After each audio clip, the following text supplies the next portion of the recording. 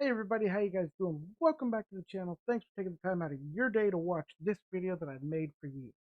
Before we start today's video though, I'm going to ask you to do me one small favor. Please hit that thumbs up button, the subscribe button, and the notification button so that way you find out every time the new video comes out.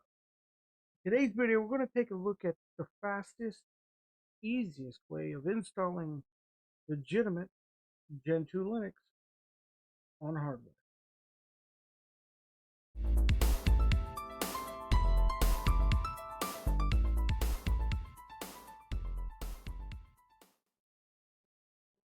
That's right. We're taking a look at how to install legitimate Gentoo Linux installed the Gentoo way using the handbook. Very fast on hardware, on your hardware. I'm doing it in a virtual machine, but you could do it on your hardware and it works. It just works. I was looking for something and I found this on accident. First, let's take you to where I found it and what it's called. It's called xGent. That's right. It is xGent, which is Gentoo 64 live USB with LXQt Desktop environment on it. It uses the Calamares installers. It is the Gentoo kernel 6.1.67. The build is 24.201. Now, what's to mention here, it's important to pay attention to the built-in because historically, Gentoo's known for having OpenRC as its init system, not systemd. There is a 205 version that actually has the systemd version here. They do make this developer, who's a Swedish developer, is allowing you to either choose a systemd install or a regular OpenRC. Now, the replacement is version instead of the 24201 version of the 230.109 with OpenRC. Note 1 is uninstalled. He has uninstalled many packages which are unnecessary in an LXQt environment. Some KDE libraries are left though and are needed by the Calamares installer. He's also added the Spotify app, which you can use if you have a Spotify premium account. And the second note is, unfortunately, you have to use a fairly new computer of at least 4 gigabytes of RAM to be able to use xGent 201. Sorry. Otherwise, the boot process will stop, showing an error message or out of space or something similar to that. 22. The 24.125 is a review of basically what he's done with the actual uh, uh, the systemd version. He's also got some other packages that are in there too that he could probably could look at. What's new in the OpenRC one is instead of being the Grub Legacy, what the Grub 2 emerge. Now you can emerge new programs and packages even while running in the live system DVD. So if you know you're installing onto it, you want to emerge whatever it is, the packages that you want off the live CD, you can emerge them and then it'll install them into your system. So that's kind of cool. Um, uh, Furthermore, you can install and transfer xGent to a USB stick with the DD command in Linux, or you can use Rufus for Windows or Etcher as well. The LXQt Desktop environment is a lightweight Qt desktop environment. It will not get in your way at all. So it's very, very nice. It is important that the best way to install xGent is on a non-EUFI computer. So it doesn't want you to use EUFI and use Calamares. So then here's a little bit of the like if you're doing it on VMware or anything like that. So anyhow, that is the actual web page, and I'll put a link to it in the description. So now let's go ahead and take a look at it in the virtual machine. So here you go. We are sitting here at in my virtual machine with Gentoo, or well, xGent completely installed, and we are sitting at the desktop right as it was. So what it is, this looks just the same as it would in the live USB environment. This is it. As you can see, just looking at the little penguin here, He's got a Facebook page called Linux X Xton Linux, all in English, Sweden. That's what leads me to believe he's a Swedish developer. I do not know this guy. I did not know. Like I said, I just stumbled across this and thought this was kind of cool. He's got a bunch. If you go to his page, he's got xArch. He's got xDeepin, xSticks, which is a deepin desktop environment. He's got xGent. He's got X. He's even got an OpenSUSE one. X OpenSUSE one. Okay, here's all their. It's hosted by the Swedish Linux project. But anyhow, like right here, see, he's got xSticks right here. Then he's got SlackX, a Slackware version. He's got Xton Defender, which is a super rescue system, which I need to take a look at that. He's got the Xton multi-boot CD. He's got Crux Linux on here. He's got XLite. I don't know what that is, but I think that's Debian with the Enlightenment desktop is what it is. And then he's got ArchX. He's got xGent, which we were looking at. MeX, which is an Ubuntu version. I'm not sure which desktop it would have in it, but it's probably a minimal one, I guess. I don't know. Linux for All one. He's got PupX, which is probably Puppy Linux, I think, the Fedora Puppy Linux on there. Xton, which is his Xton Opsus Tumbleweed live system, so you can do OpenSUSE Tumbleweed. He's got DebX, which is Debian, and then he's got Andex, which is Android, with GApps and all that good stuff. And he's got like several different versions of the Android ones. So that's just, I mean, Raspex. He's got Raspberry Pi on here too. I mean, it's insane what this guy has done with. He's maintaining all of these instances that you can load in Chrome OS, Chromex. He's got, I mean, he's got, he's got everything. He's got everything going on here. So I mean, this is a wild project that I discovered, and it's got very interesting values going on here. So yeah, I mean, I don't know, man. It's something that I found very interesting, and I actually tried to Gentoo, and it's legit. So hang on, let me get back to the desktop. All right, so we're back to where we were before.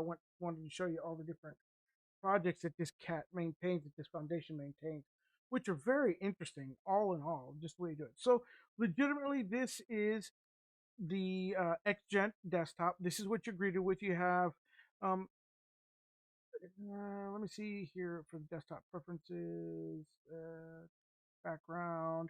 See if we can change browse if he's got some other. Let's go with this wallpaper. Hit apply. That's a little bit better. We're gonna hit OK, and we're good to go. So down here in the bottom is your standard taskbar for like LXQt. You open it up, and you have your app launcher over here, which has got the Gentoo logo. Which, like he said, he installed it the Gentoo way, as he says on his page, and but he slimmed it down, didn't add very many packages at all, which I like. So you've got under accessories, you got the image viewer, you got Joe's own editor, the Emacs emulation, all that. There's a Clipper, LeafPad. He's got PCMan FNQT in here, Screenshot, Vim, and gedit. Under graphics, you have GIMP. That's really the one. And then they got Huggin, which is camera stuff. And then they got Digicam, KDE, and Show Photo. Under internet, he's got HexChat links, Mozilla Firefox to open it for your internet browser, which is okay. He's got WeChat in there, which is, you don't see that very often. It's a chat application. And so let's see. So it opens already up to the Google homepage, which is weird. Not the Okay, that's interesting that he set it to default to that instead of going to say like, oh, it's got already bookmarked. Let's make this larger for you to see. He's got the Gentoo forums right here already bookmarked for you. He's got Gentoo packages right here, so you can actually find packages that you want to install to use through Emerge.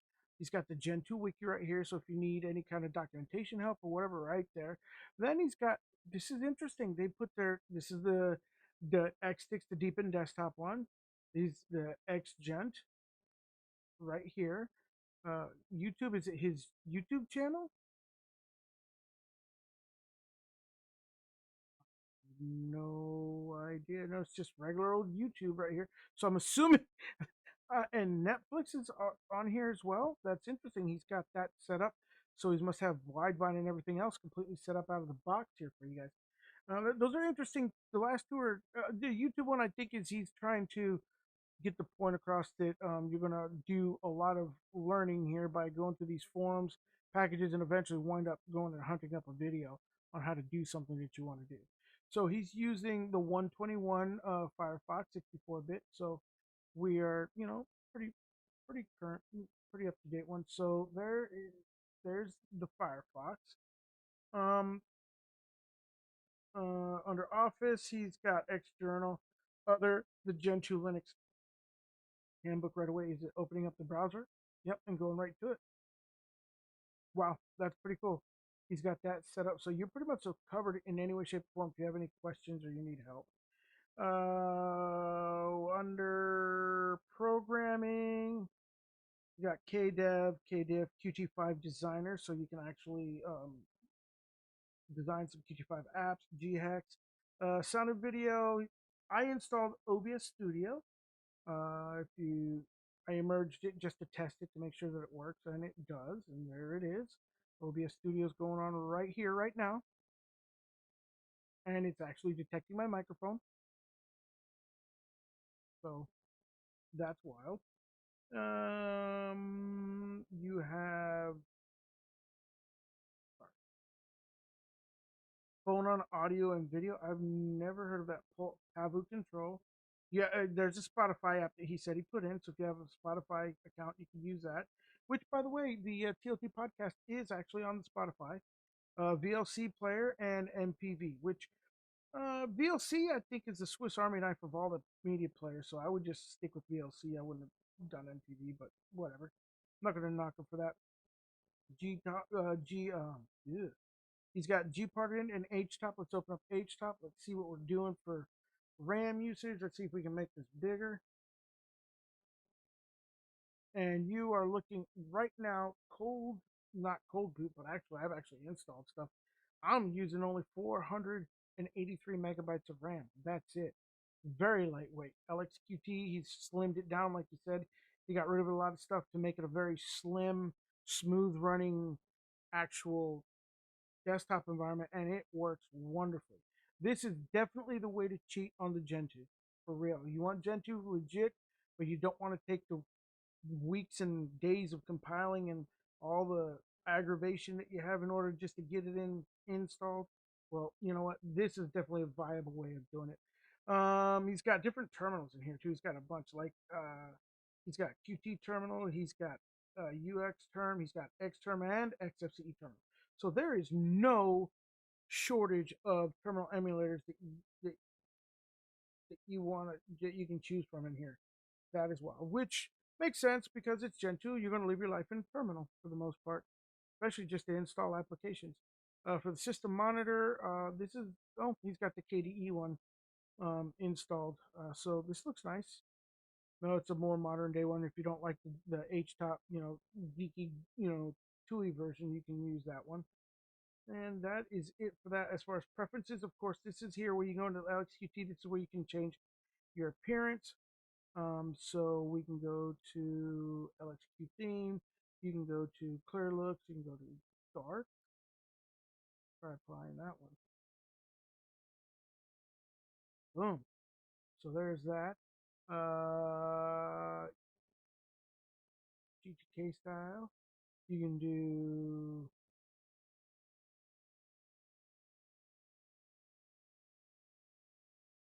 try to make it dark. Make a match. So now everything looks nice. So yeah, it's got a nice GTK. Theme switcher right here that you can use. It's pretty simple. I mean, LXQt is a very nice desktop, very lightweight. So there's that as far as your what's in the system tray. You got your KDE system settings, of course, which are very minimal that you're going to have with that because it says he only needs it for Calamares. Your open box settings and stuff like that. So he's got everything kind of already, like mismatched in here. He's got your pinned documents down here, which is you got your GIMP, the stuff that you use. Also, your installer on the live CD and here is right here. You click on it, then it wants your password, so you can reinstall it again. And as you can see, it's opening up the installer, but it's not going to work because it's not detecting a partition to install on it because it's already been installed. But that's how you would launch it, and this is viable to show you that it's actually using Calamares. I mean, this is an insane, lightweight, legitimate Linux distro. I'm telling you, it's impressive. It's very impressive to have it. As far as your system tray, it's over here on the right hand side. Just your standard, bar, just the way you would have it. You got your time and date here. And then this is going to be your notifications right here. Any devices connected. Your volumes right here. Right here should be your notifications if you got any notifications. And over here is show your desktop. So there's that. But let's go ahead and take a look just so you can see that it does have portage on here. So you want to search for something. You'd be emerge dash dash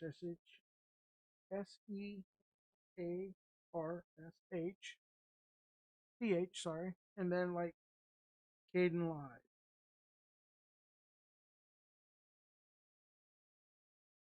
There you go.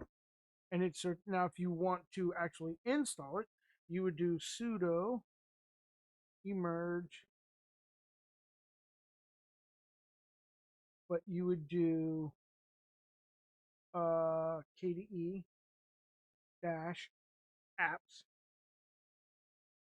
/ Caden Live, just like it says right here. Okay, that's this right here where it says KDE, apps right here. That's what you want to type in, and then you go and you hit enter.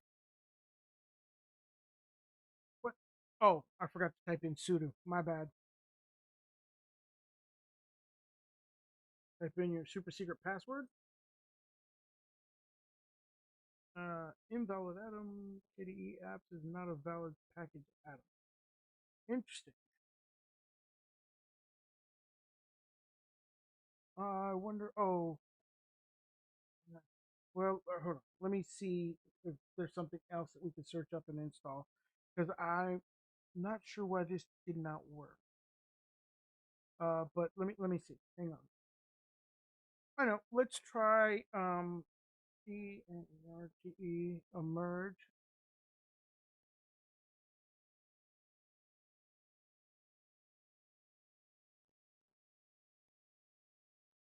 Sorry, SOLAAR Solar, which is a utility for see, and it's got solar there. It is a utility for using or configuring your Logitech mouse. So we're going to copy this, and we're going to do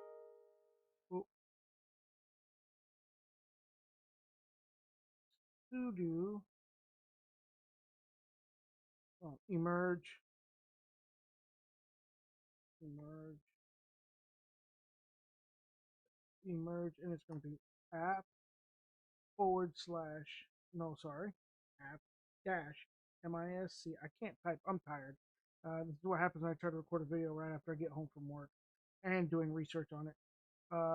App miscellaneous, and then SOLAAR. And now it's going to install it.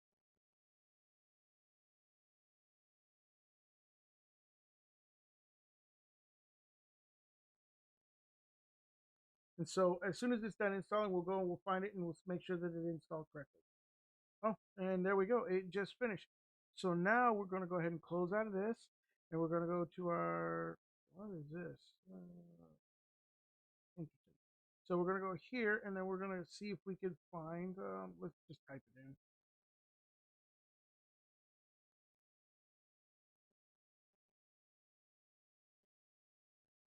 in. And there it is right there. And there it is right there. it actually installed it and worked. So that is a look at how you install using emerge on Gentoo. The Kdenlive thing, I don't know what happened there. I have to look it up. I just, for the sake of the video, because I've already gone on for a while, I wanted to not troubleshoot it. But that could be another video for another day. I know. And I'm sure Josh over at Henley J is going to be like, this isn't the way to install Gentoo, not a real Gentoo distro. For those of you guys who want to cheat the system on installing Gentoo, here's the easiest way to do it. This is a decent way of doing it. It's legit. I mean, and it's not Red Core. There's, you got Savion, you got Red Core, and then you got xGent, which I just recently found, which is, to me, the most similar to actual Gentoo as what it is. Oh, I forgot to show something. Hang on. Let's go back and take a look at this because I want to show you something as well. Let's open this up, make this large to verify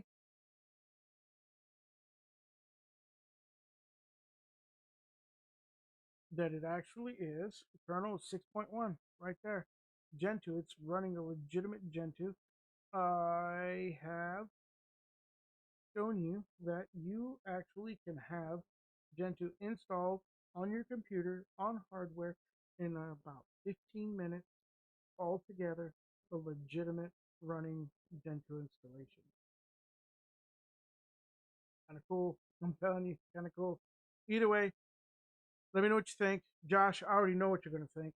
So, yeah, there it is. Leave a comment down below. Also, don't forget to like and subscribe. It helps the channel with growth.